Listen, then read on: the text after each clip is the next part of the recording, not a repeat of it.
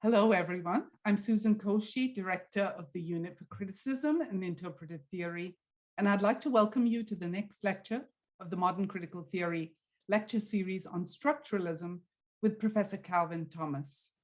It's a great pleasure to introduce Calvin Thomas, who is Professor of Literary Theory and Gender Studies in the English Department at Georgia State University in Atlanta. He is the author of Male Matters, Masculinity, Anxiety, and the Male Body on the Line, which came out through the University of Illinois Press in 1996. Also of Masculinity, Psychoanalysis, Straight Queer Theory, Essays on Objection in Literature, Mass Culture, and Film in 2008, and 10 Lessons in Theory, an Introduction to Theoretical Writing. He's also the editor of Straight with a Twist, Queer Theory and the Subject of Heterosexuality in 2000, and Adventures in Theory, a compact anthology, which came out in 2019. Other recent publications include No Kingdom of the Queer in Derrida and Queer Theory, and Beckett's Queer Art of Failure in the new Samuel Beckett Studies. He is currently working on the second edition of 10 Lessons in Theory, and might be talking to us a bit about it towards the end of his lecture. Before we start the lecture, I know many of you are already familiar with this, but we will be running the Q&A through the Q&A feature and not through the tab. So if you have a question, just click the Q&A tab at the bottom of your screen, type in your questions.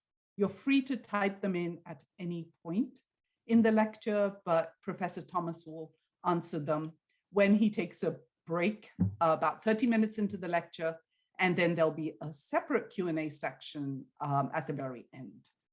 And with that, I would like to hand it over to Professor Calvin Thomas, and here he is. Hello, everyone. And thank you. I would first like to thank Professor Koshy and her colleagues for inviting me to participate in the Modern Critical Theory Lecture Series.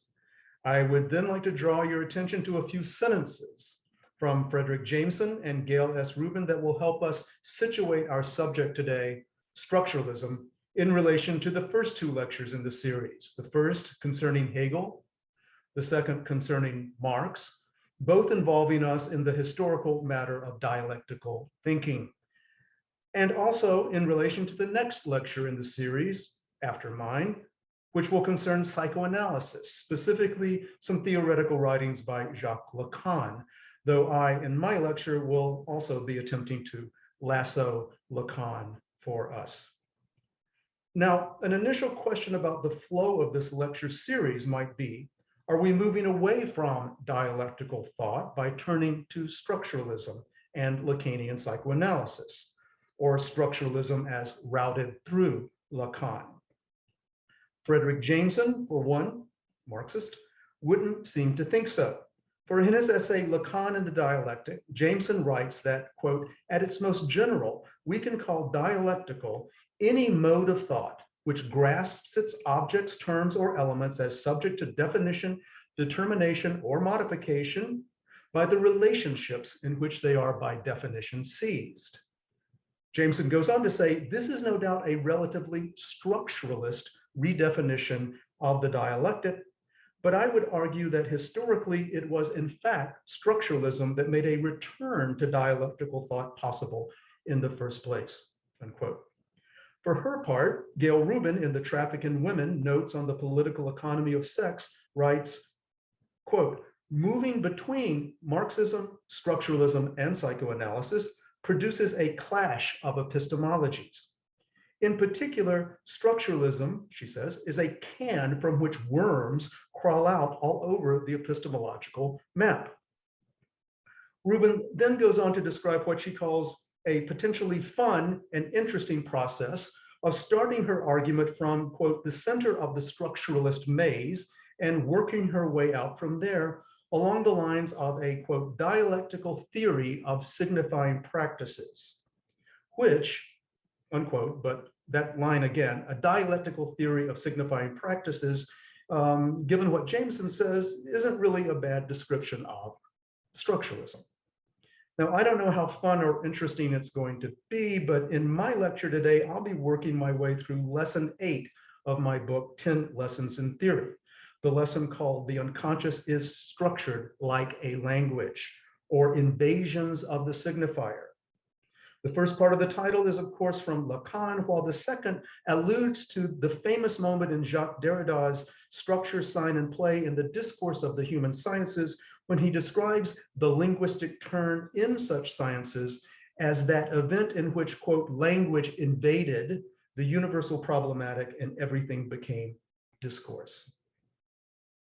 In sharing with you today what I know, or at least what I've written about structuralism, and I can't say I know much more than what I've written, to tell you the truth, I will be working from and through the first 2 sections of lesson 8, called Without Positive Terms and Adventures in Metaphor and Metonymy.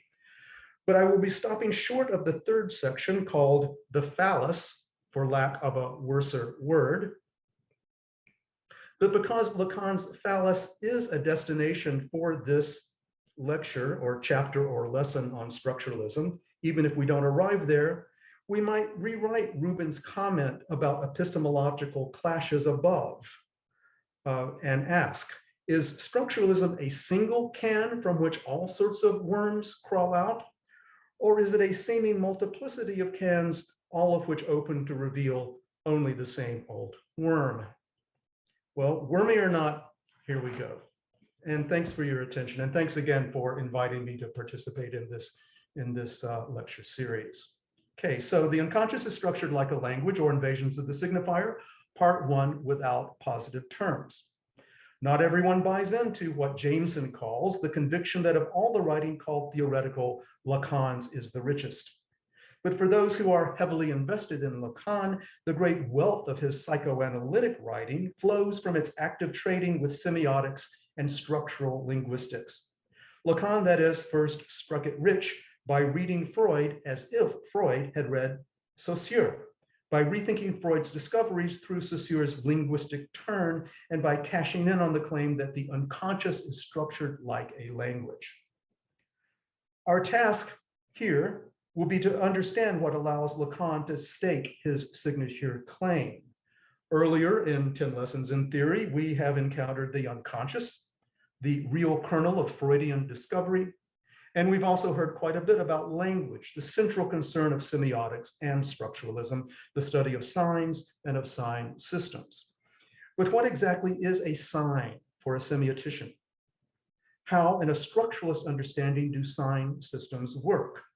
How does structure in structuralism, how does the structure in structuralism differ from the form in formalism?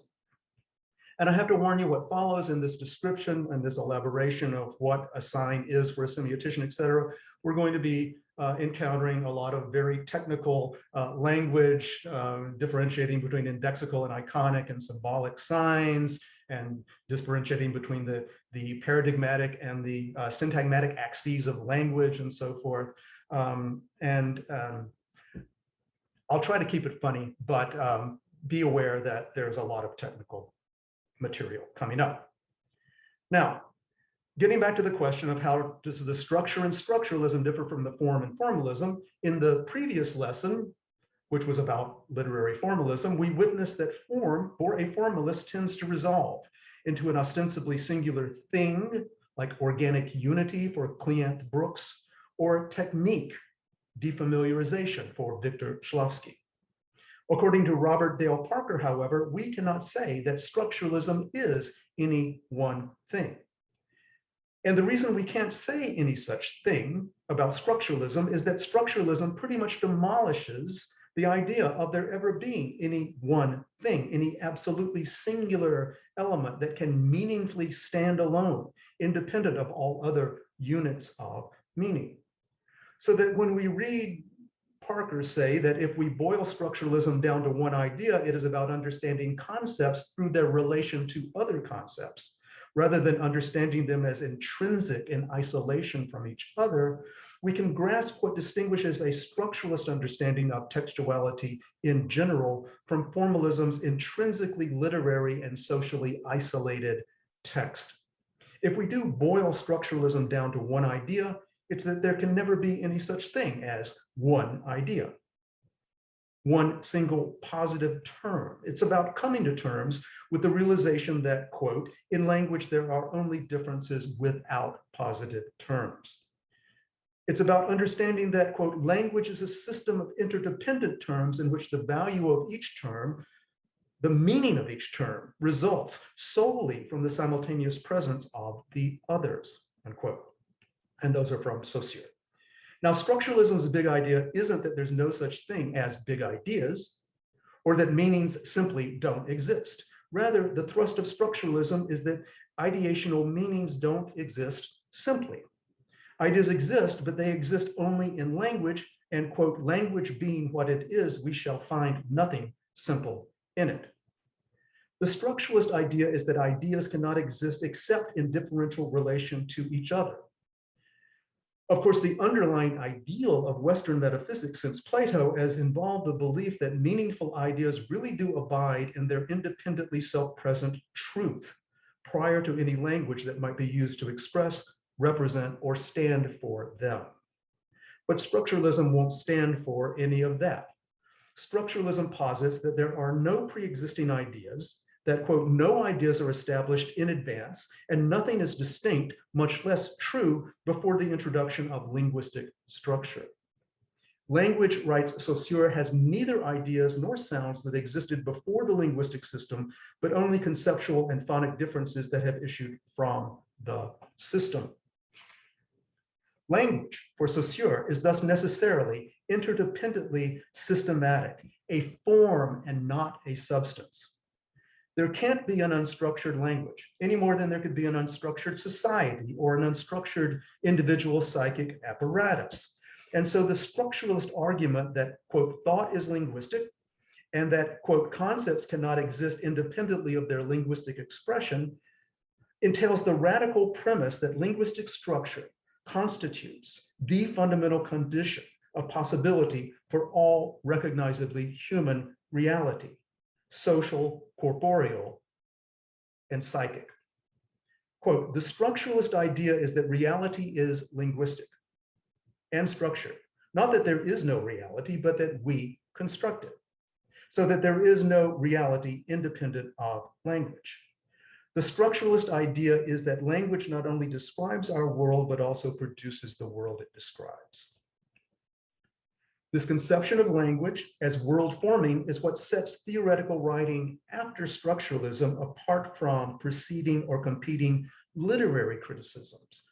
Now, it doesn't set it apart from earlier modes of thinking, certainly not dialectical thinking, but it does set it apart from competing modes of specifically literary criticism. Regarding structuralism's specific difference from formalism, then, we can say that, quote, if for the new critics, the goal is to interpret the individual text, the structuralist goal is, quote, to describe or interpret the larger system. And that's Robert Dale Parker again. And this is me. And because the structuralist concern with the larger system, and because the structuralist concern is with the larger system, formalism's more limited focus on the specific literariness of literature seems pretty small potatoes. And yet, while structuralism would appear to neglect literature's sublime or starchy literariness, I'm connecting starch to the potatoes there, structuralism's emphasis on the larger system's linguistic foundation arguably extends the strange condition, the defamiliarizing condition of literature into every corner of human reality. Literature thus gains considerably larger significance by losing the isolated and elevated status that formalism had bestowed upon it. Now, in the chapter of his book, Structuralist Poetics, called The Linguistic Foundation, Jonathan Culler refers to the structuralist, quote, notion that linguistics might be useful in studying other cultural phenomena. By other cultural phenomena, Culler means, one, cultural forms that don't traditionally count as creative writing. that aren't poems, novels, plays, etc. And two, cultural phenomena such as fashion shows or football games that hadn't previously appeared to involve language to any pertinent extent, and so hadn't usually been considered suitable for linguistic analysis, much less worthy of close reading. For structuralism, however, all cultural phenomena are wide open to linguistic analysis. Moreover, all phenomena, even ostensibly natural phenomenon, are actually always cultural objects that warrant being attentively read. In the key structuralist text, Mythologies, and one of the works that I made available to you, of course, is Myth Today from Roland Barthes' Mythologies. Roland Barthes writes that structuralists take language, discourse, speech, etc., to mean any significant unit or synthesis, whether verbal or visual. Even objects will become speech if they mean something. Quote, every object in the world, says Barthes, can pass from a closed, silent existence open to appropriation by society, for there is no law, natural or not, which forbids talking about things. Color thus writes that, quote, the notion that linguistics might be useful in studying other cultural phenomenon is based on two fundamental insights. I'd say fundamental and yet anti-foundational insights. First, that social and cultural phenomena are not simply material objects or events, but objects or events with meaning and hence signs. And second, that they, signs, this is crucial, signs do not have essences, but are defined by a network of relations. The first insight is basic to semiology or semiotics, the science of signs, while the second is the foundation or anti-foundation of structuralism, the analysis of the underlying systemic networks that make meaning, culture, human reality itself possible. For color, however, these twin sites are, quote, inseparable, for in studying signs, one must investigate the system of relations that enables meaning to be produced, and reciprocally, one can only determine what are the pertinent relations among them by considering them as signs. And then a longer quote here. The cultural meaning of any particular act or object is determined by a whole system of constitutive rules. Constitutive is such an important adjective in theory world, right? Constitutive rules, rules which do not regulate behavior so much as create the possibility of particular forms of behavior. And this idea of conditions of possibility and creating the possibility reminds me of a line from Zizek that I trot out in the introduction to 10 Lessons in Theory, where Zizek says pretty much that theory begins at the moment when we ask, how is the actual possible? Okay? We confront an actuality and then we ask, what are the conditions of possibility for this actuality? How does this come to be? So the rules of English, and this is back to color now, the rules of English enable sequences of sound to have meaning. They make it possible to utter grammatical or ungrammatical sentences. And analogously, various social rules make it possible to marry, to score a goal, to write a poem, to be impolite. It is this sense, it is in the sense that a culture is composed of a set of symbolic systems. Okay, so in human reality, everything and everyone is made of rules, composed of signs. But signs, we are told, do not have essences. They, and presumably we, are defined by a network of relations. So what allows structuralism this disturbingly anti-essentialist claim? What makes the claim disturbing in the first place, and for whom?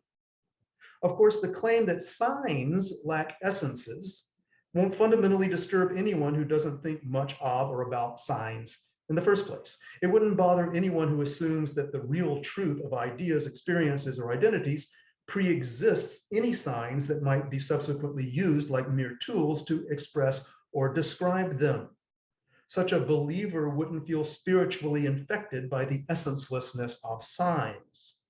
He would be no more disturbed by the claim that signs lack essences than he would be surprised to hear that his screwdriver or word processor didn't have a soul.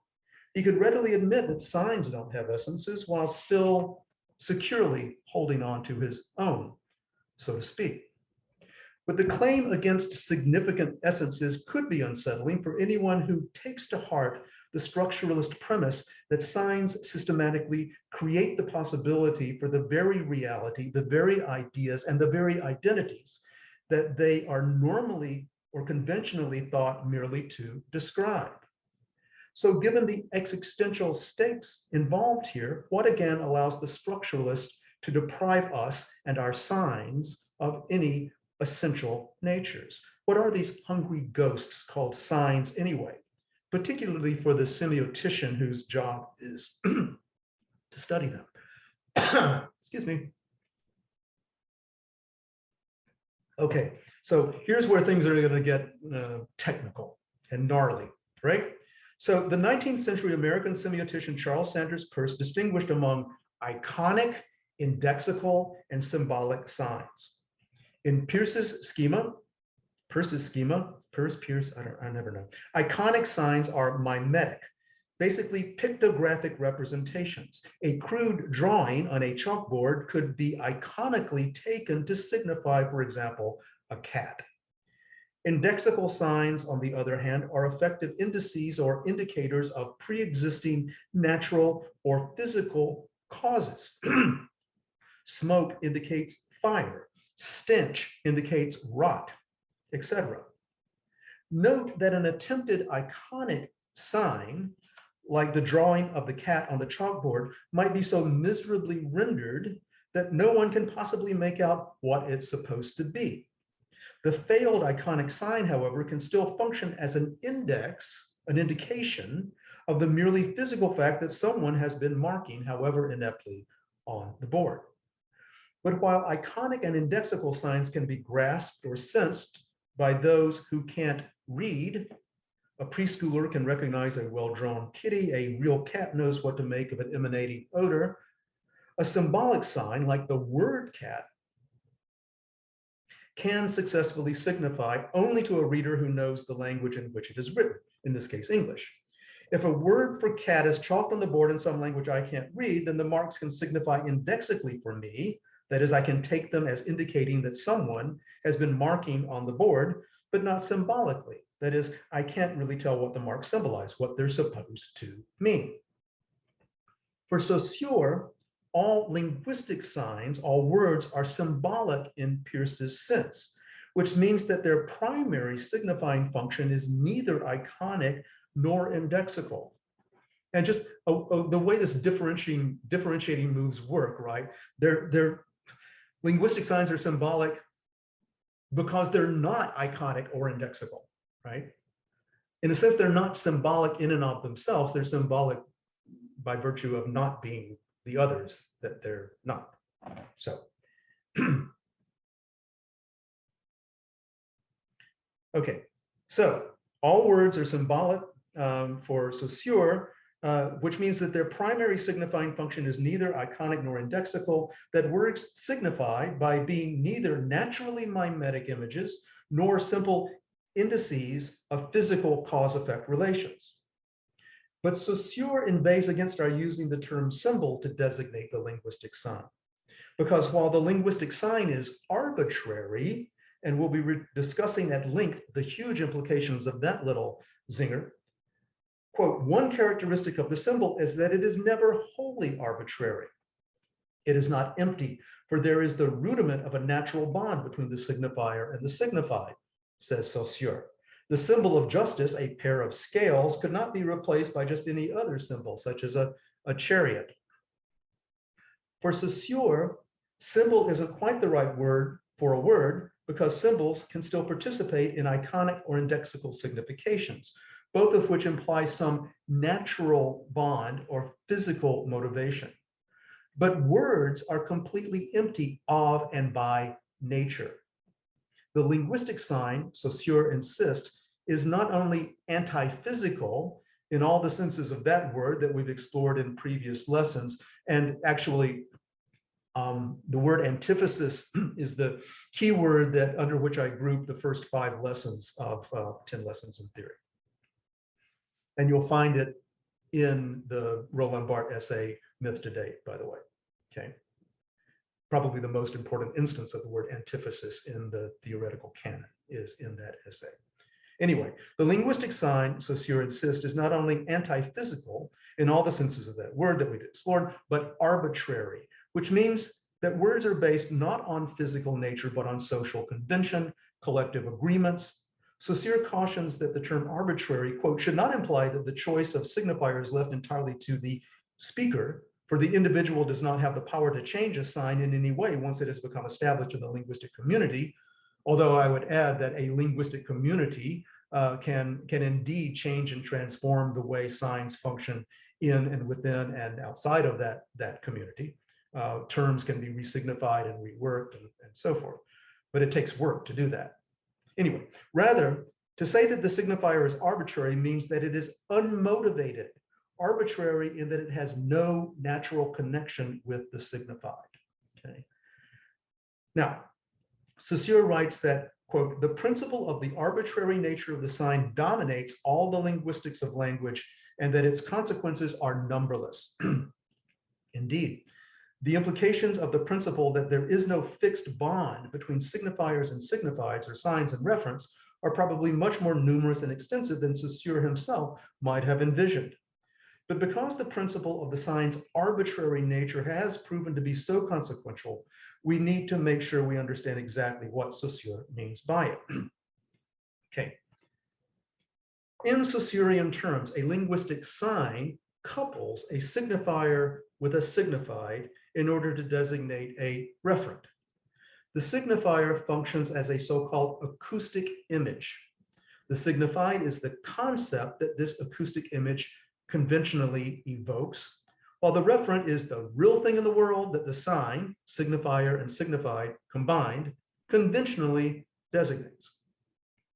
In the case of the cat inscribed on the chalkboard, the signifier is the image, the perceptual imprint of the grouped letters CAT coupled with the phonetic sound cat that in English conventionally corresponds to those marks.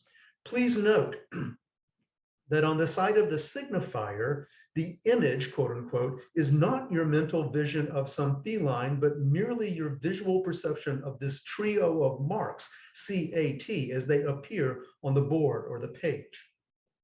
Note also the absence of any natural, fixed, or inevitable bond between the legible mark C and the hard K sound that we are trained to make in English when we perceive that mark. Obviously, other languages couple differently imaged marks with that particular sound. Note further that there is no natural bond between the signifier cat and the signified concept or mental image of a real cat. If there were some natural connection or physical cause-effect relation between them, then the marks CAT would inevitably provoke both the sound cat and the mental image of a cat for, say, a Chinese person who didn't read English, just as fire inevitably causes smoke or rot stench anywhere in the natural world. So here's the crux of the matter. The condition of language is such that the linguistic sign has no natural connection, no motivated, iconic, or indexical relation to anything in the physical world, and hence neither do we. This is not to say that neither language nor we, the animals at its mercy, have any connection with nature whatsoever. It is only to say that for us, as specifically human beings, there is no natural relation, no physically motivated connection between signifiers and signifieds or words and things. What we have, instead of merely natural relations, is a shifting ensemble of arbitrary, contingent, socially conventional relations. In other words, and once again, what we have is only what we ourselves make, the ongoing history of a world that must be made to mean. Okay, pausing here to tell you that the first lesson in 10 Lessons in Theory follows from a quote from Stuart Hall, and that quote is, that sentence is, that axiomatic truth claim is, the world must be made to mean. Another sentence that plays into my discourse here is the lead sentence for lesson 3, which actually comes from Roland Barthes as well, which is, language is by nature fictional. The fourth lesson, by the way, is another quote from Lacan, which is, desire must be taken literally. The others you have to go find out for yourself, but those pertain to what we're talking about here. So now, as I hope you'll recall from earlier lessons or from having read Roland Barthes' Myth Today, Roland Barthes refers to myth as a depoliticizing type of speech that attempts to turn this history back into nature, into a static realm of naturalized significations in which, quote, things appear to mean something by themselves. Myth in Barthes' sense depends upon a sort of enforced ignorance about the arbitrary, conventional, unmotivated nature of the linguistic sign. Myth, in other words, is politically motivated to occult or to hide language's lack of natural motivation, to actively depoliticize speech by ignoring or obscuring its purely fabricated social conventionality. Myth attempts to maintain the fiction that language isn't fictional, to support the illusion that linguistic signs really do function iconically or indexically. Myth, that is, attempts to permanently bond signifiers to signifieds, to make the connection between them seem as natural and as inevitable as the indexical connection of smoke to fire or stench to rot. In other words, myth presents words as if they were natural facts, not social forms, as if they were completely positive terms without any immixture of otherness. But Saussure's myth-shattering assertion is that in language, there are only differences. Still quoting, I was quoting, quote, in language, there are only differences, still quoting, even more important, a difference generally implies positive terms between which the difference is set up. So you've got one thing, and then you just happen to have another thing, and then you just happen to have another thing, etc. But in language, says Saussure, there are only differences without positive terms. Now, we should understand that a positive term, if it existed, would involve a fixed or fundamentally grounded content. A positive term would simply and independently be what it is and mean what it means, all by itself, just naturally. But against this myth of terminological positivity, Saussure argues that any word's, quote, content is, quote, really fixed only by the concurrence of everything that exists outside it. That terms are, quote, purely differential and defined not by their positive content, but negatively by their relations with the other terms of the system. Their most precise characteristic is in being what the others are not. Of course, Saussure is here discussing terms, not real things. He's not suggesting that the most precise characteristic of a real cat is that it isn't a hot dog. Rest assured, for all a structuralist cares, a real cat can simply be what it is, positively. But for a structuralist, the signifier cat, C-A-T, cannot be a positive term. The signifier cat is what it legibly is, or means what it visibly audibly means, only because of its difference from other signifiers, outsiders that are almost the same, but not quite. Rat, sat, mat, pat, lat, hat, etc. If linguistic structure is in fact made entirely of such micro differences, if any signifier's most precise characteristic is not its positive content, but its situation in relation to some other term that it's not, then Saussure is justified in claiming that in language there are only differences without positive terms, and that everything in language is negative. Now, all these Saussurean claims are, of course, the Linguistic Foundation, or anti-foundation, for Jonathan Culler's unsettling assertion that signs do not have essences, but are defined by a network of relations. These claims are also the condition of possibility for the anti-essentialist or deconstructive principle of constitutive otherness that I have mentioned several times in previous lessons. And there's that adjective constitutive again, okay? That is, okay, what is constitutive otherness? It is the idea that any meaningful entity is what it is only by virtue of its difference from and dependence upon other entities. But Saussure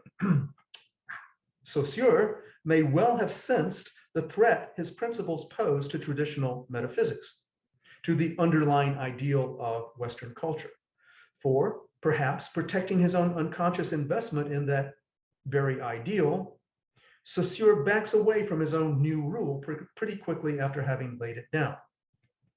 Having just said that everything he said boils down to the bold statement that in language there are only differences without positive terms, Saussure seems to backpedal.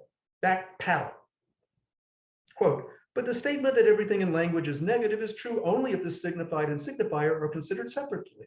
When we consider the sign in its totality, we have something that is positive in its own class.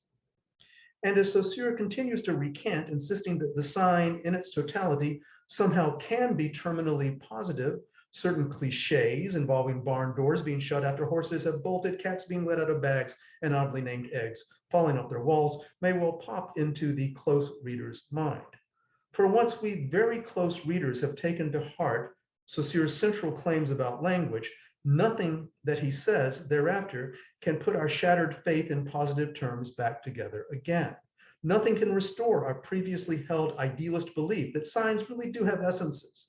Nothing can persuade us that the structuralist slogan, everything in language is negative, isn't completely valid for the sign considered in its totality, and hence for human reality considered in its totality as well. Indeed, and I'm about to bring the first part here to a close, after Saussure's totally linguistic turn of the screw, nothing, not even the nothing that Hamlet calls a fair thing to lie between a maid's legs, has ever been exactly the self same again. Okay, so that's the end of part one, and Professor Koshy will have to remind me how we're going to work here. All right, so the way we're going to do it is we already have a question, as you That's can good. see. Okay. And so let's start with that. All and right. The first question is from Megan Landon. All right. And it is, in Barth's myth, he gives an example of a tree being mythical speech. In the next paragraph, he mentions that myth has to have a historical foundation and it can't evolve from the nature of things. Mm-hmm. Why can a tree be considered mythical speech, but nature isn't?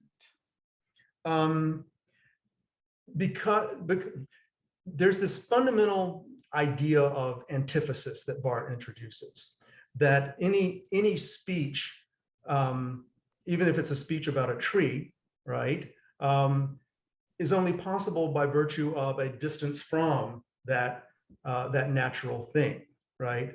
That in a sense, human reality is perpetually separated from the real in Lacan's sense. And so what Barth is interested in is the way seemingly, obviously naturally occurring phenomena like trees are for us always already caught up in discourse, which means always in a sense, mythologized, right? The point for Barth is to not to let the weirdly enough, the image of the tree or the speech about the tree, the myth of the tree, be renaturalized to such a degree that the speech about the tree or the discourse about the tree seems to be natural rather than historical, situated within some sort of social nexus. That would be my answer to that. Okay. We have another question in the meantime. Okay. I'd encourage others to type in, use the Q&A tab, just click on it and then type in your questions. The next two questions actually come from Sabine Ahmed, and the two questions are quite different.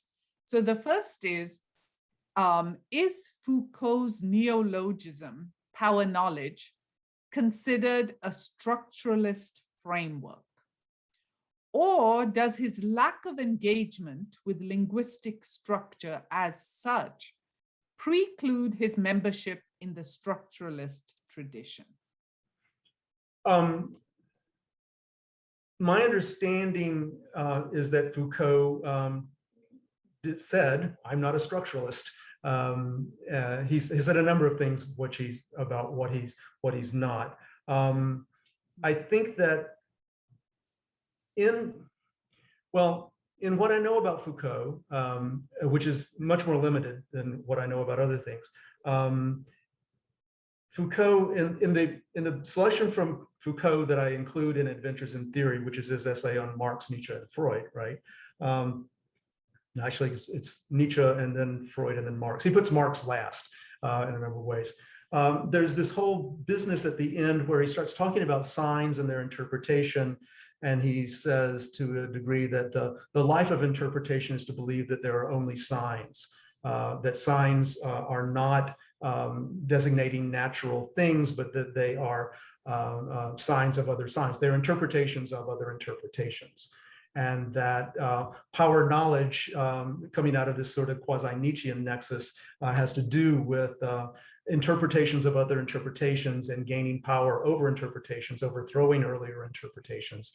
But to believe that interpretation has some sort of essence, as it were, that you could finally and fully interpret and decipher the secret of things is an illusion. It's the death of interpretation. The life of interpretation is to believe that there are only signs, that there are only interpretations. So I think that all I would say is that structuralism is a necessary condition of Foucault's analysis. It's a sort of a necessary condition of many people's analysis. But even though Foucault emerges from structuralism or the whole structuralist and phenomenological and Hegelian Marxist traditions in France, that his discourse cannot be reduced back to that. I do believe that I have read that Foucault said, I'm not a structuralist, I'm not a post-structuralist, etc. So. Okay. And there is a second question. Sure. On the structuralist account, are ideographic writing systems proto-linguistic? Ideographic language systems are proto-language? Yeah, proto-linguistic. Okay. I'm not sure. I do not know the answer to that question. I would think that I guess if you wanted to take those types of writing systems and insert them into Peirce's iconic and lexical and symbolic, that would produce some results. I think that perhaps sort of analyses of hieroglyphics or of what's the word for those picture puzzles, like the pictures make you say certain words. Lacan says that and Freud says that's what dreams do.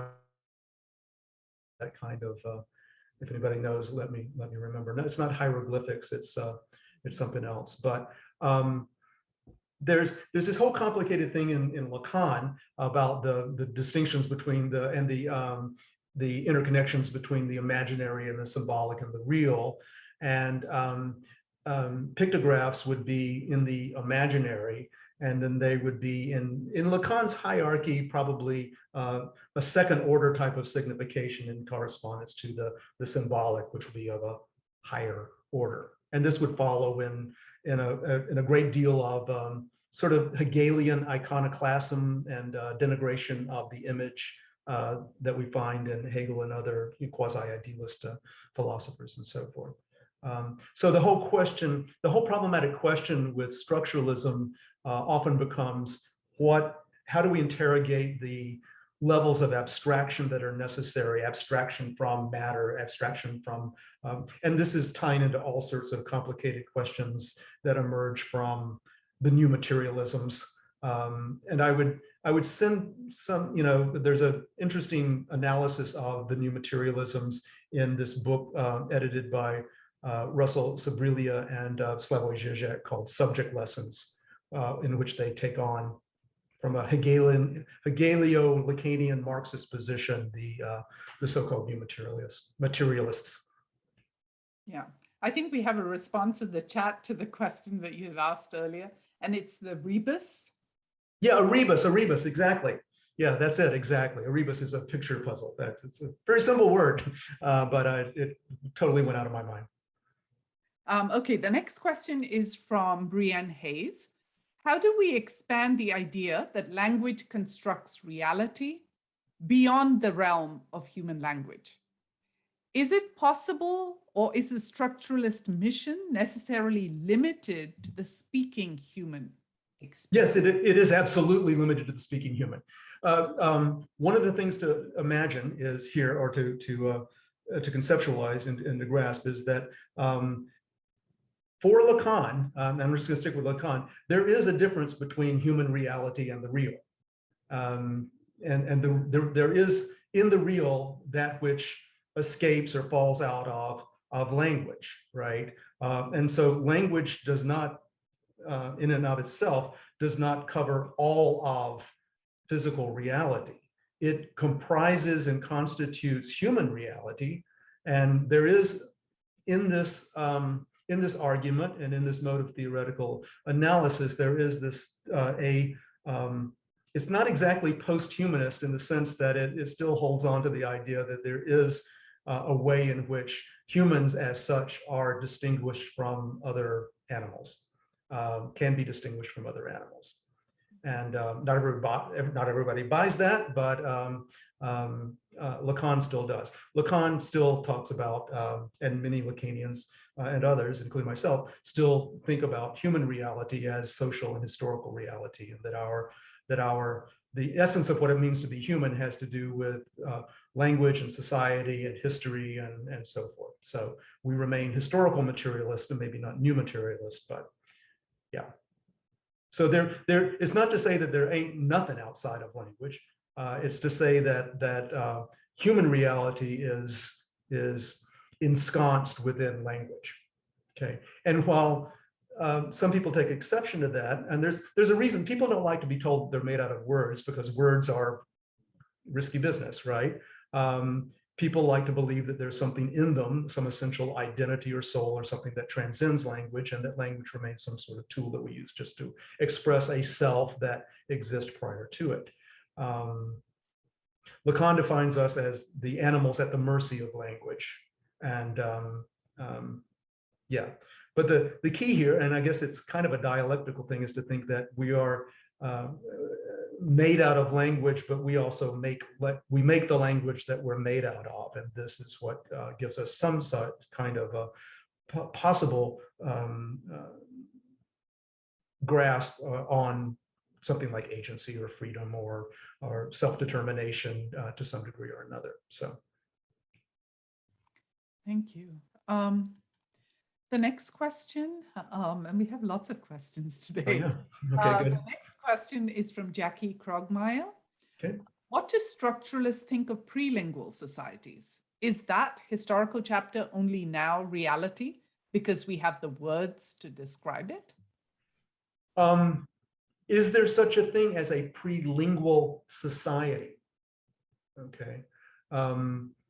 A society as such, there's a whole lecture that you could do on Freud's quasi-Darwinian theory of the primal horde, and how and actually you might consider some of the information in the Gail Rubin essay on the trafficking women, the political economy of sex, where she talks about Levi-Strauss and the elementary structures of kinship and so forth.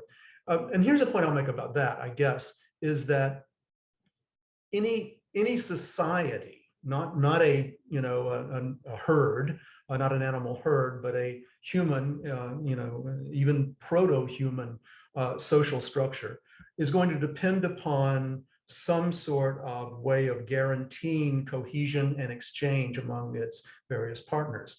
And most societies are going to depend upon a set of prohibitions, typically an incest prohibition of some kind that will set up a kinship system, which are not merely natural relations, but social and symbolic relations as well.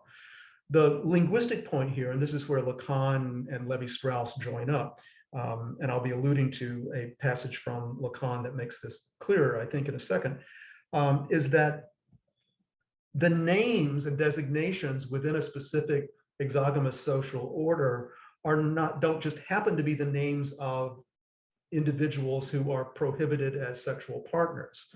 The naming is the prohibition, in a sense. The name doesn't just signify another, it signifies the fact that you can't access that other, right? And so this is the main point here, the most crucial point to me is this idea, this Lacanian idea that any word depends, what the word does, any word does is to prohibit or negate the real. And this is where when Saussure says everything in language is negative, what exactly is the negative involved here? It's the negation of the real thing, the distancing from the real thing, the abstraction from the real thing in order to signify it, right? So that this, what I call in earlier chapters, what I call the no to the real is basically what makes language and human reality possible. That, which is what makes language by nature fictional, which turns us into fictional characters and male and female impersonators rather than naturally, this is part of the whole argument about how far down into the marrow of human reality the idea of social constructionism goes. So, in the order, in the type of discourse that we're talking about here, I mean, frankly, I would say that they would call a pre-linguistic society a contradiction in terms. That all societies, however elementarily composed, are sociolinguistic to the core. Okay. The next question is a thought experiment. It's from Mitchell Civello. I'd like to propose a thought experiment. Let's pretend that you taught a child the letters B through Z, but purposefully omitted the letter A. According to the negative logic through which structuralism claims that language operates, wouldn't the child be able to correctly tell me, a priori, that the missing letter is A, and be able to draw the symbol correctly and know what sounds correspond with it? I find this to be impossible. Doesn't this show that the structuralist theory of language harbors within it a positivist logic? Which is not to say that signs have essences, but that logical systems like language perform as if they do.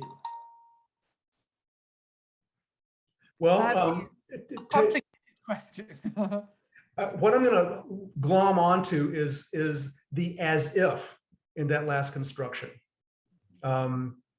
It's very, very interesting. Without being positivistic about it, the as if is, if you will, the essence of metaphoricity, right? Maybe they're not positive terms, but they act as if they are. And acting as if they are is as real as it gets. This weirdly ties into some discourse I read about the Higgs boson and particle physics and all this kind of weird stuff, in which it was argued that the boson is something that allows mass to act as if it had mass, which turned mass, physical mass, into a behavior rather than a substance.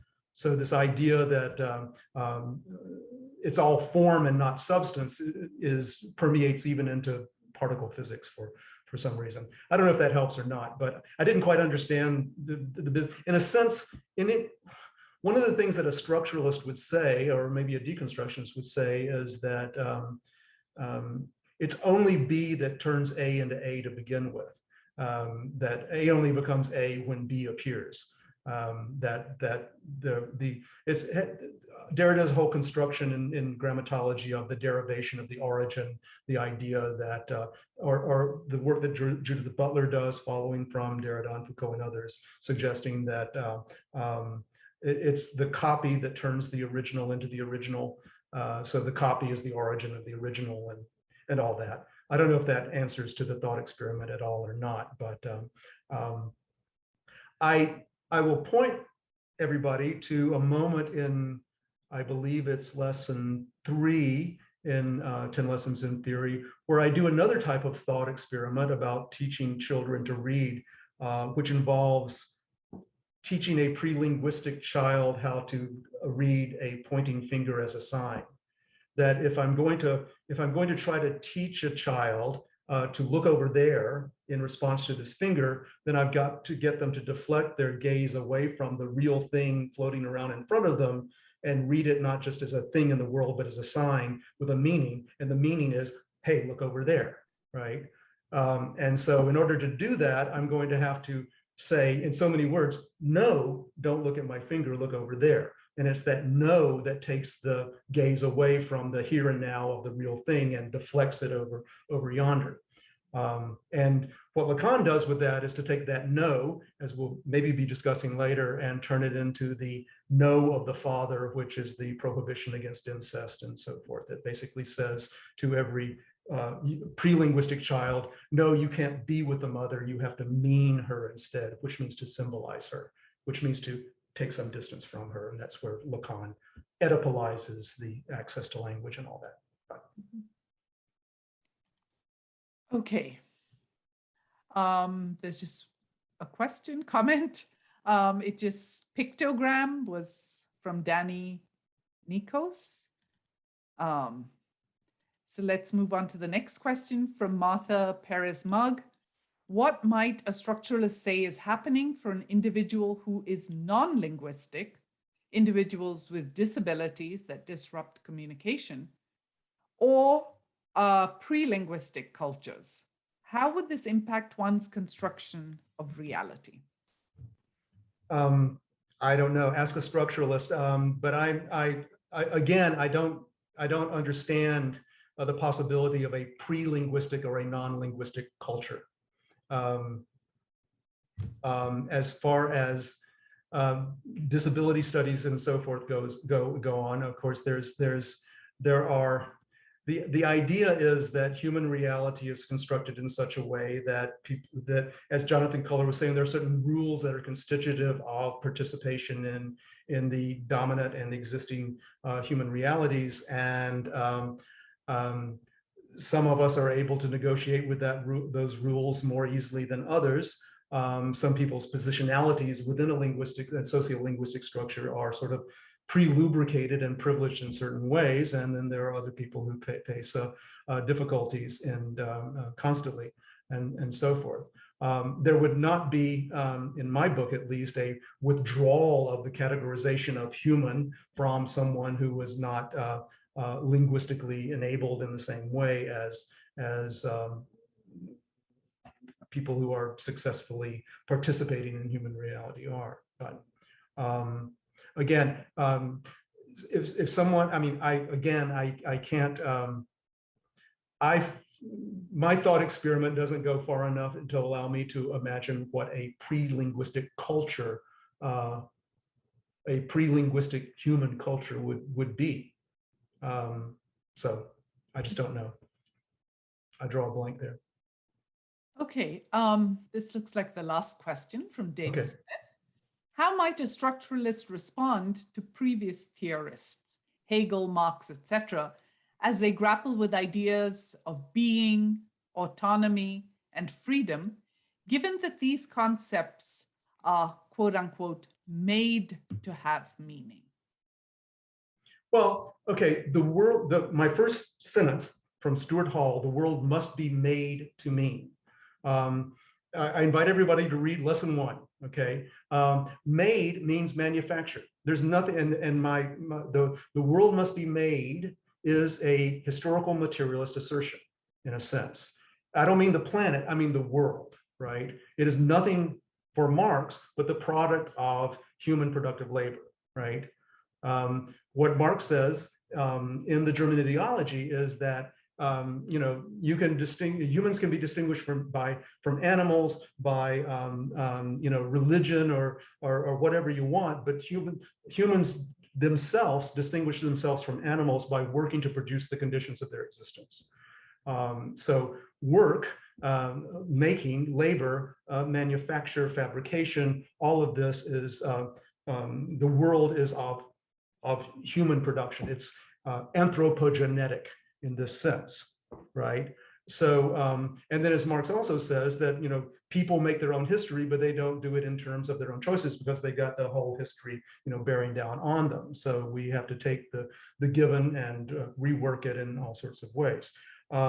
So I don't, this is why I sort of connected, I started off with that line from Jameson about how, we can describe dialectical thought in terms of determining relationalities among and between various, agencies and so forth, and de-reifying the production of the world by looking at things in terms of incommensurabilities and contradictions and so forth.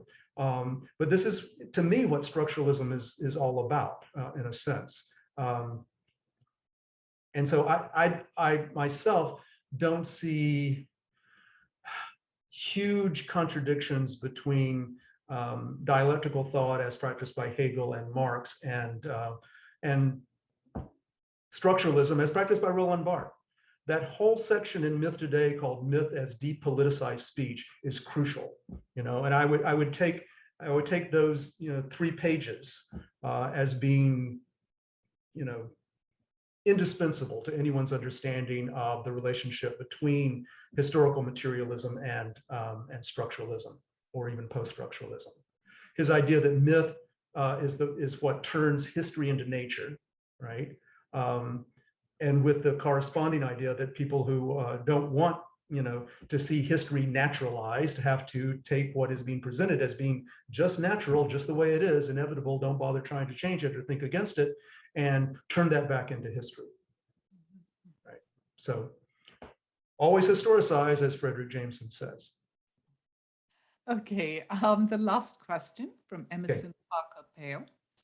How do structuralists understand the potential influence on reality of multilingual interpreters and translators when attempting to convey science across languages? Example being Schadenfreude. Okay. Is your example taking pleasure from my pain here? Is that what you're saying? Well, of course, there is the whole problem of translation, and I am not particularly multilingual myself, and I suffer from that ignorance. But here's one thing I'll say, and this is not a problem of translation. One of the things Saussure does in his attempt to denaturalize language and linguistic systems is to address the problem of onomatopoeia, right? The words that seem to be direct expressions of real sounds, of the real. His answer to that is that all those words are different in different languages. So if it were just a direct expression of the natural real, all onomatopoeic words would sound the same in all different languages and so forth, and they don't, right? So my feeling is that, and of course I may be wrong, my feeling is that the idea that any language that you got works the way it works because by virtue of the fact that it is not, strictly speaking, real. I think I'm going to hold on to that as a universalist claim, right? That any word in any language is the word that it is by virtue of not being the thing that it names. Okay. So that no to the real is up and running and is the condition of possibility of any language whatsoever. Any human language, that is. Okay. Non-human modes of communication that involve sound and communication and so forth are not dependent upon it. The non-human animal doesn't have to negate anything about its animality to become the animal that it is. The human animal has to negate aspects of its animality to become the human animal that it is. So negativity has this constitutive role in the production of the par lettre, as Lacan, the speaking being.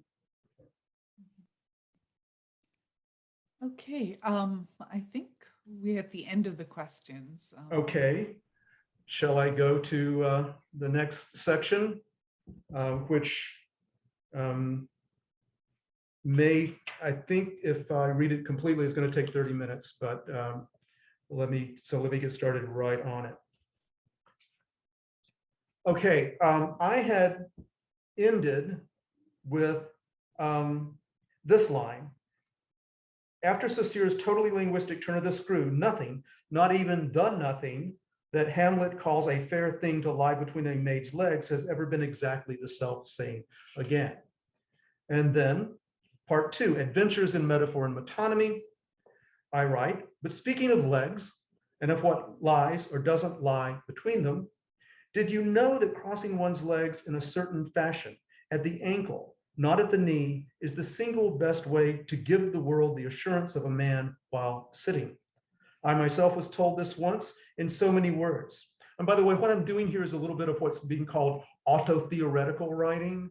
Auto-theoretical writing is like autobiographical writing or life writing, except it's produced by theorists who, of course, do not have lives.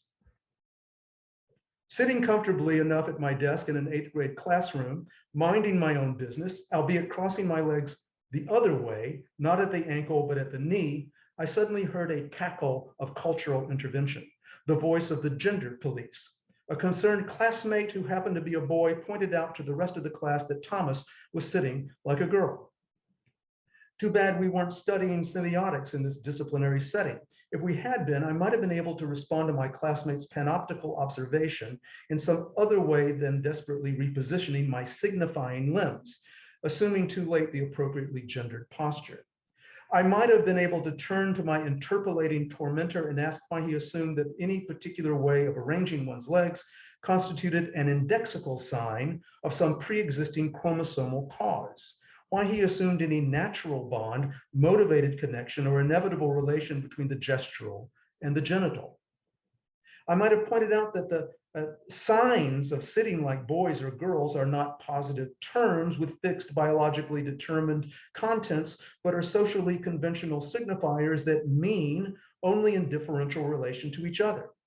I might have suggested that crossing one's legs one way signifies sitting like a boy, not because of any single thing that lies between a boy's legs, but only because crossing them the other way signifies sitting like a girl.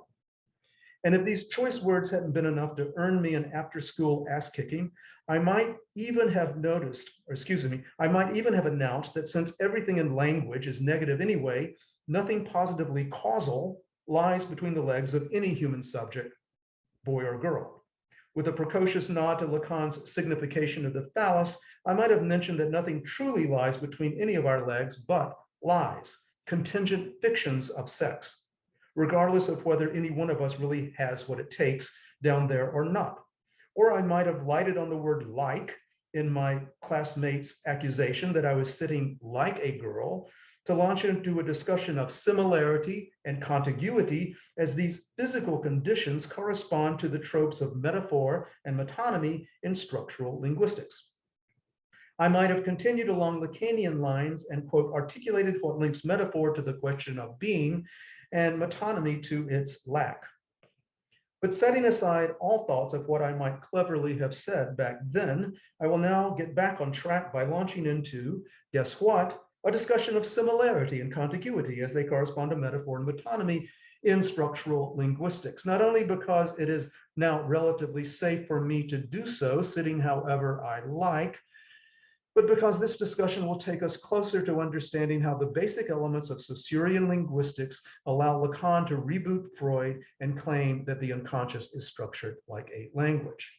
And here again, things are going to take a very technical turn. We will continue our approach to Lacan's analogy by considering Saussure's distinction between syntagmatic and paradigmatic relations in language. Saussure insists that in a language state, everything is based on relations. But he proposes that linguistic elements acquire their relations in two distinct ways.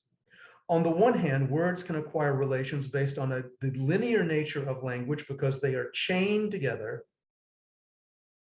Since language's linearity rules out the possibility of pronouncing two elements simultaneously, words must be arranged in sequence on the chain of speaking. And I'm still quoting here. Combinations supported by linearity are syntagms. The syntagm is always composed of two or more consecutive units. And syntagmatic combinations are typically arranged sequentially across the horizontal axis of language. Paradigmatic elements, on the other hand, are not supported by linearity, or at least not by a sequentially horizontal linearity, but these elements can be associatively aligned or imaginatively stacked up on language's vertical axis. Paradigmatic or associative relations, as Saussure calls them, involve words that have something in common, that can be associated in the memory.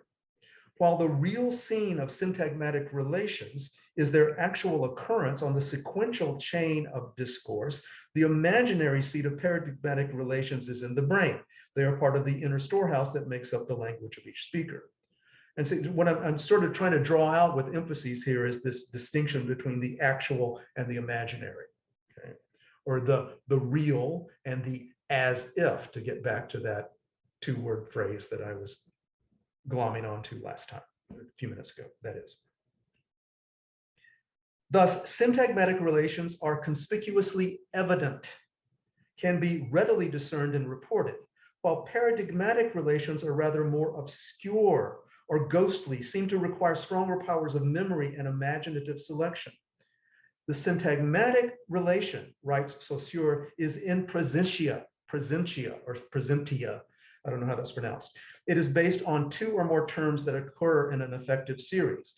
Against this, the paradigmatic relation unites terms in absentia, in potential mnemonic series, a potential mnemonic series, unquote. Now, so to clarify, if I can, Saussure's distinction, let's say that a simple declarative sentence such as, "This fish is dead," so effectively presents its syntagmatic relations, its horizontally linear sequence of grammatically and syntactically combined words, that basically all we got to do to receive this report on piscine morbidity is to grasp conventional grammar and to recognize what the words fish and dead denote, not connote, but denote.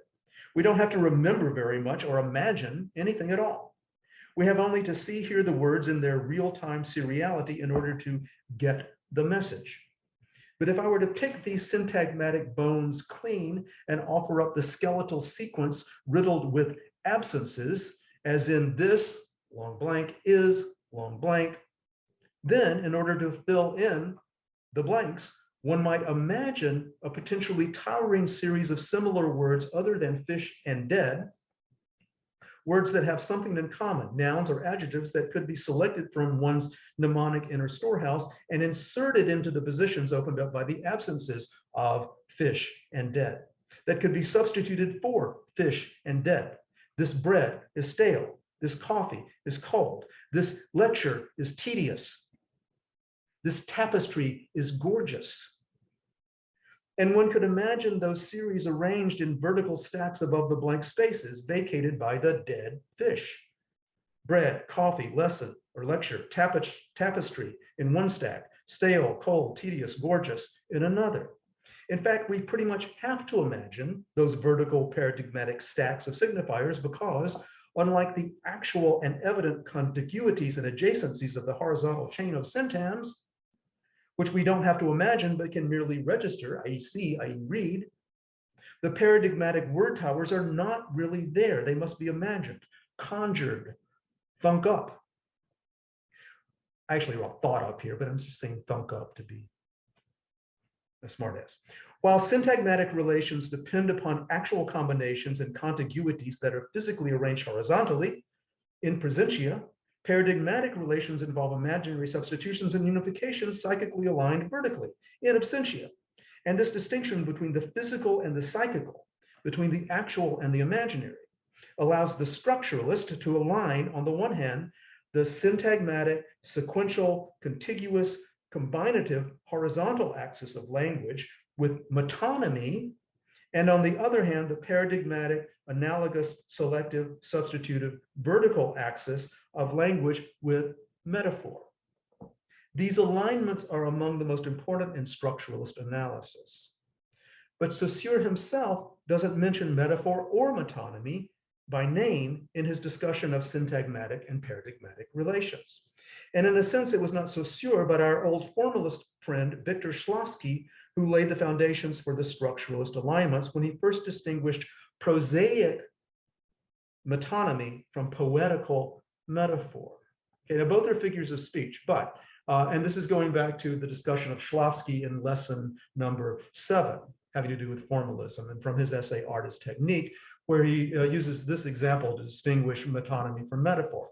He says, there's a child eating bread and butter, and she gets some butter on her fingers, and I say, hey, Butterfingers. He says, that's a prosaic trope, a metonymy in a sense, okay?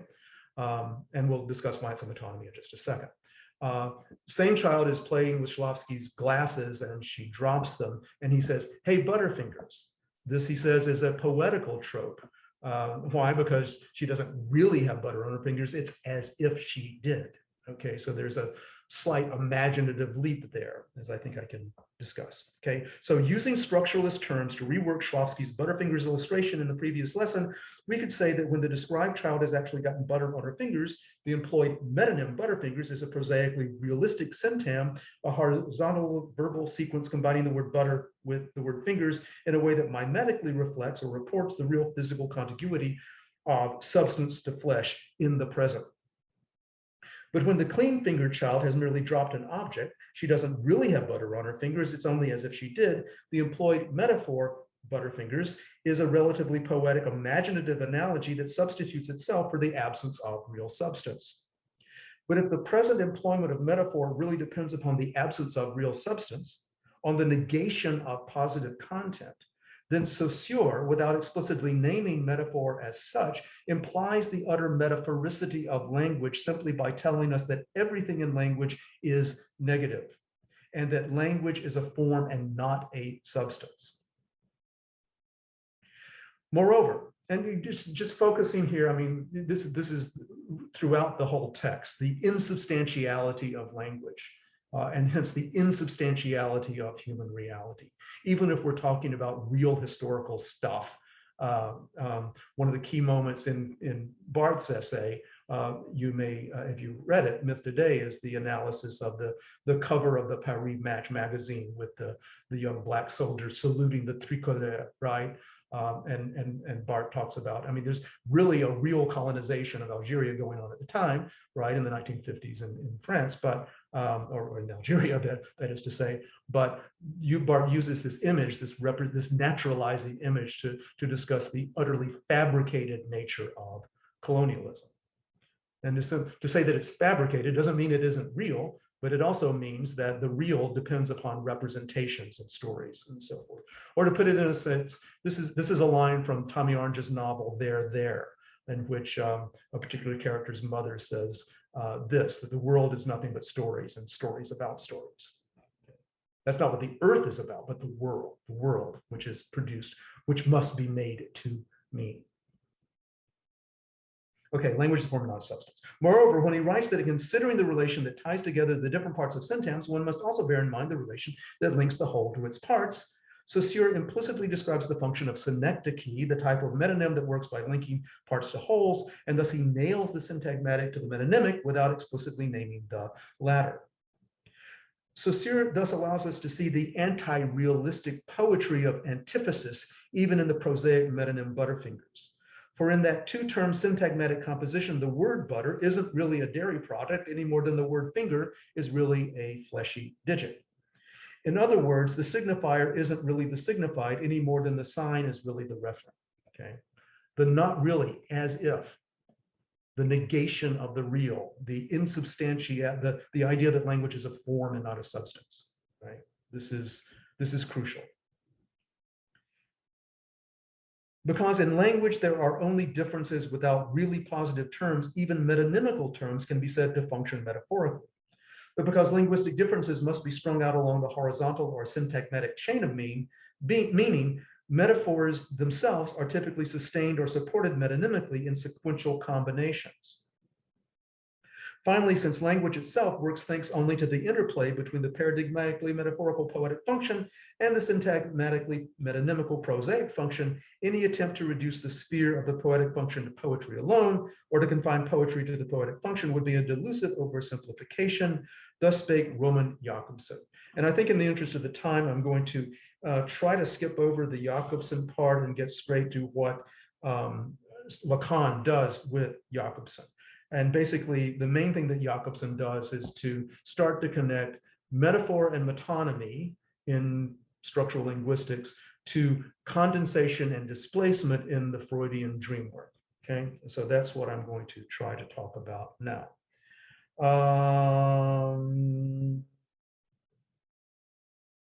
In the instance of the letter of in the unconscious, which is the essay by Lacan that you're going to be reading for next week's lecture on psychoanalysis, and for which I am attempting to pave the way here, Lacan pays homage to Jakobson, whom he duly credits as one of the leaders of modern linguistics.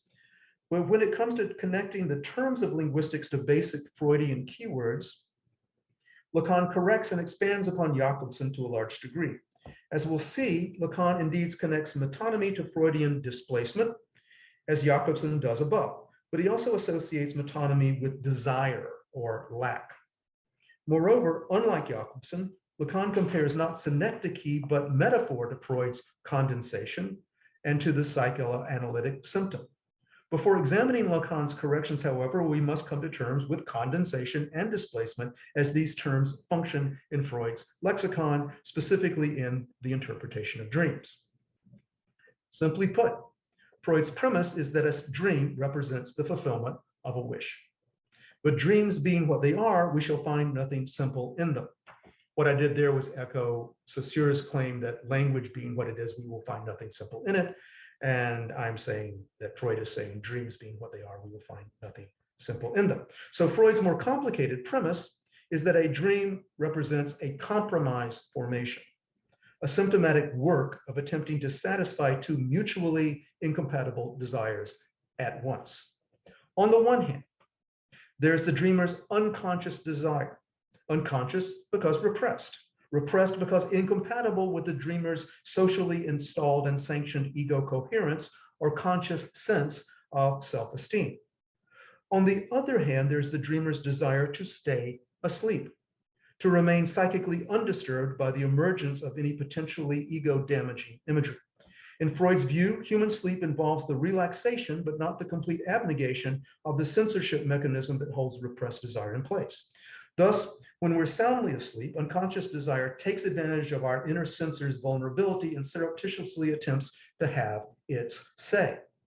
The unconscious, rather like Cleant Brooks's poet, very much wants to say something. Why then doesn't it say it directly and forthrightly? Well, because if the unconscious did directly speak itself, its dark matters would most likely set off the censorship mechanism's alarms and wake the sleeping dreamer up. The unconscious therefore understands that to allow any dormant das Ich, to continue dreaming with ego coherence altered but still basically intact, and thus to keep its own scandalous message from being abruptly cut off in midstream, it, the unconscious, must have its say only in disguised and distorted forms. The unconscious knows, in other words, that it can have the substance of its say only formally. For the unconscious, like language, is a form and not a substance, only as a signifying structure, a strangely organized sort of poetry slam, and not as some formlessly bubbling cauldron of biologically instinctual nature, can unconscious desire ever get away with having something like its say. Let's say that I unconsciously harbor the standard Oedipal desire to have a father killed, a mother stained, as Hamlet ambiguously puts it. If I were to have a dream that directly and forthrightly represented the fulfillment of those desires, a dream in which I ecstatically decapitated my father and or seminally stained my own mother, the image of either atrocity would, let's hope, be disturbing enough to rupture my slumber. Because I really don't think I'm the kind of person who would enjoy doing or spewing such horrible things. But if I were to dream of sawing off the top of a bottle of pop, or of masturbating onto the petals of a chrysanthemum, I would probably be able to sleep right through my own witness of these weird but comparatively placid hieroglyphics, or rebuses, or would that be rebi in plural? My ego coherence would be protected, and at the same time, my unconscious desire would have had something like its say. In my dreams, in other words, I enjoy otherwise, and it enjoys otherwise. You'd have to see it. I'd use parentheticals and do where two sentences kind of merge together so that it reads both I enjoy otherwise and it enjoys otherwise. In the interpretation of dreams, Freud says that dreams work exactly through such distorting mechanisms, through such condensations of ideas and displacements of enjoyment. Freud uses the word, the German word, I'm not going to try to pronounce it, but condensation, to describe the psychic process by which two or more ideas or images are paradigmatically compressed into a single form. My patricidal dream condenses father and bottle. My matrimaculating dream condenses mother and flower. He employs the word, German word meaning displacement, to describe the psychic process by which the discharge of forbidden aggression or obscene longing is syntagmatically transferred from one element in the dream sequence to another. My daddy-killing dream displaces murderous rage away from my father and onto something else, a stupid bottle. My mother-soiling dream transfers seminal abjection away from my mom and onto something else, the lovely petals. It's all rather poetic, wouldn't you say?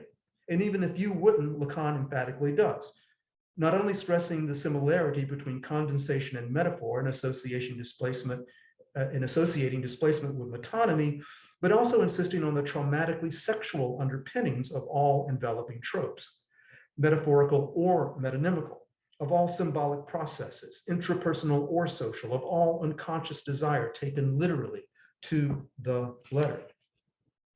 One way to understand Lacan's Oedipal take on metaphorical condensation is to turn again to Saussure's assertion that language's law of linearity rules out the possibility of pronouncing two elements simultaneously. Ordinarily, realistically speaking, one could say that this rule against incest, oops, my bad, I mean against simultaneity, against two elements being pronounced at once or at one time, generally holds. After all, this is the rule that compels all good writers to keep their letters separate rather than piling them on top of each other, as in this bad experimental ink stain example I gave back in the lesson on taking desire literally. In a poetically condensed metaphor, however, it's as if the rule of linearity were broken by the superimposition of signifiers. In the Oedipal poetry of my dreams, either one of these dark inscriptions, bottle of pop, chrysanthemum, would seem to break the syntagmatic rule and would seem to allow unconscious desire to enunciate two elements simultaneously as one flesh, so to speak. And this illicit enunciation transpires without my ego quite catching on to what my id is actually saying, that I really do, it really does want to have a father killed, a mother stained. Another way to understand metaphorical condensation would be to reconsider the trope from Aristotle that we trotted out in the preceding chapter, which involved being in the evening of one's life.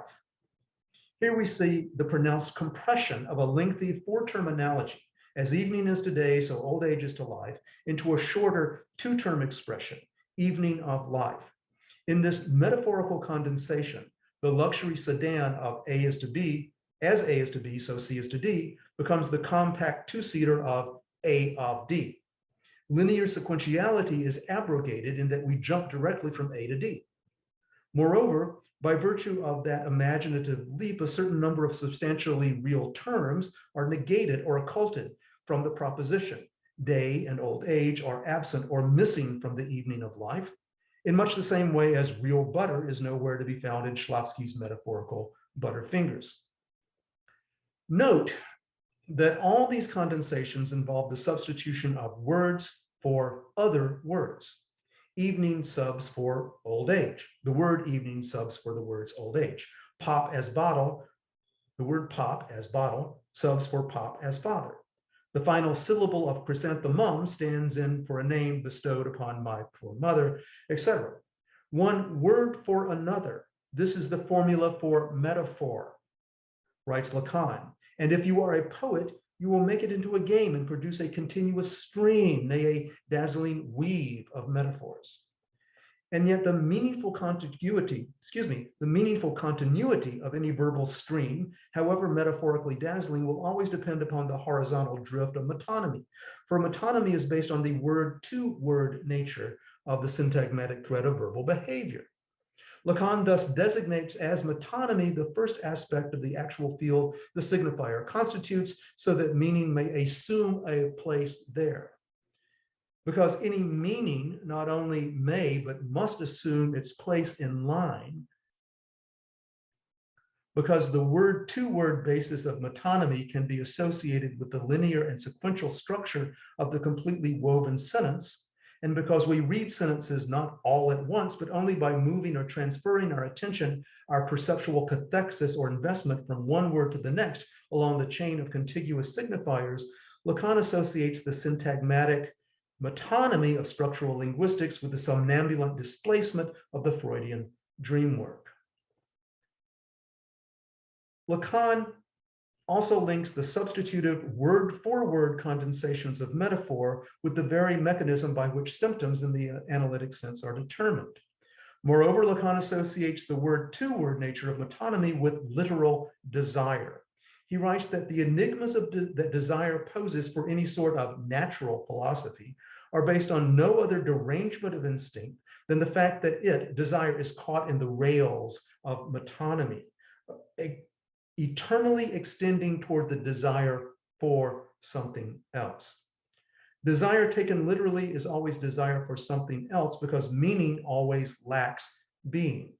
Because, quote, no signification can be sustained another signification, or because in language there are only differences without positive terms. Lacan. Whence we can say that it is in the chain of the signifier that meaning emptily insists, but that none of the chain's elements positively consist in the signification it can provide at that very moment. Mixing then the adventures of metaphor and metonymy with the insistence of the letter and the unconscious, Lacan insists that there is no other way to conceive of the indestructibility of unconscious desire than to imagine that it is the truth of what this desire has been in his history that the subject cries out through the symptom. And that, for crying out loud, is why Lacan imagines that the unconscious is structured like a language.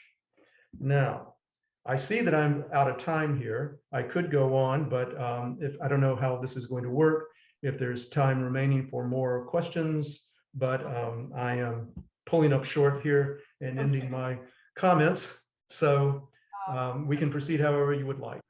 That's fine. Well, it doesn't look like we have any questions.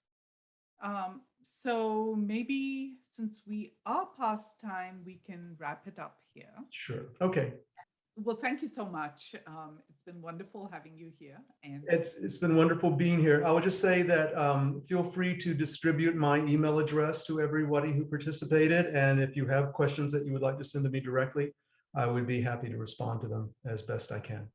Okay, that would be wonderful. Thank you so much. And thanks to everyone in the audience for joining us. Thank you. And we'll see you next week.